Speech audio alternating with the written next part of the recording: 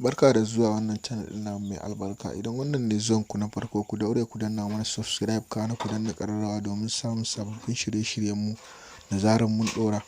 A yau ne muke 13 ga watan Julai, ranar Lahadi, wanda ya kama 25 2025.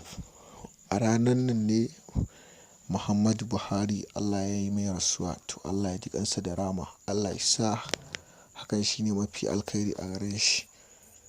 To dama yawanci haka rayuwar take. Duk wanda ya yi daidai da wanda ma bai yi daidai ba ya danganta da abin da zai gani. Wani ya yi ma an ce bai ba, wani bai yin ba ma an ce ya yi. To za mu saka muku kaɗan dai daga ra'ayoyin mutane da muka bibiya muka ji abin da suke game da mutuwarsa. To mu dai muna mai fatan Allah ya ji kansa da rahama, Allah ya sa aljanna ce makoma. Tunda duk wani musulmi ba za ka so ga ya shiga cikin wuta ba. Allah ya yafe mana, Allah ya datar da mu, amin summa amin. Kar ku manta da subscribe kana ku danna ƙararrawa domin samun sababbin shirye-shiryenmu da zarar mun ɗora. Ga ra'ayoyin mutane na. Wani yanzu ba abin da rance sai dai in ce alhamdulillah. Allah ya mai abin da rai mai. Mu dai Allah isa wallahi ba za mu yafe ba. Yauwa kuma har fati sai na haɗa fati. Ranar yau Lahadi ku zo fatin mutuwar Buhari. Allah ya isa. Fir'auna na biyu ya mutu. Sai mun yi fati muna cikin alheri. Yauwa ni shine abin da zan ci. To wannan za a ɗora a TikTok za a gani.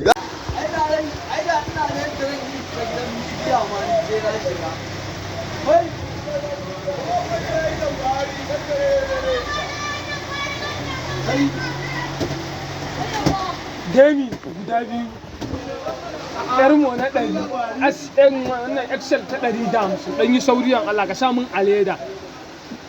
Yanzu me aka iya ce akan mutuwar Baba Buhari? Ni yanzu sai da ce Allah ya Buhari rahama, Allah ya yafe masa.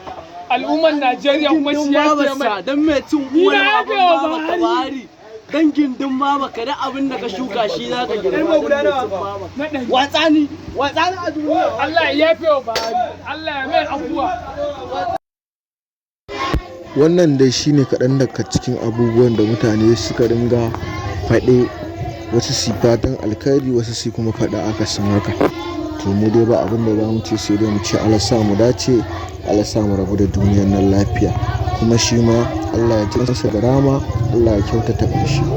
Don kowane musulmi ba zai yi wa ɗan uwansa musulmi fatan tsiya ba. Mu dai babban burin mu Allah ya sa ya cika da rama don alfarmar Annabi Muhammad sallallahu alaihi wasallam. Kar ku manta da subscribe kana ku danna ƙararrawa domin samun sababbin shirye-shiryenmu da zarar mun ɗora. Mun gode. Ku kuma danna mana liking da comment. Ku huta lafiya.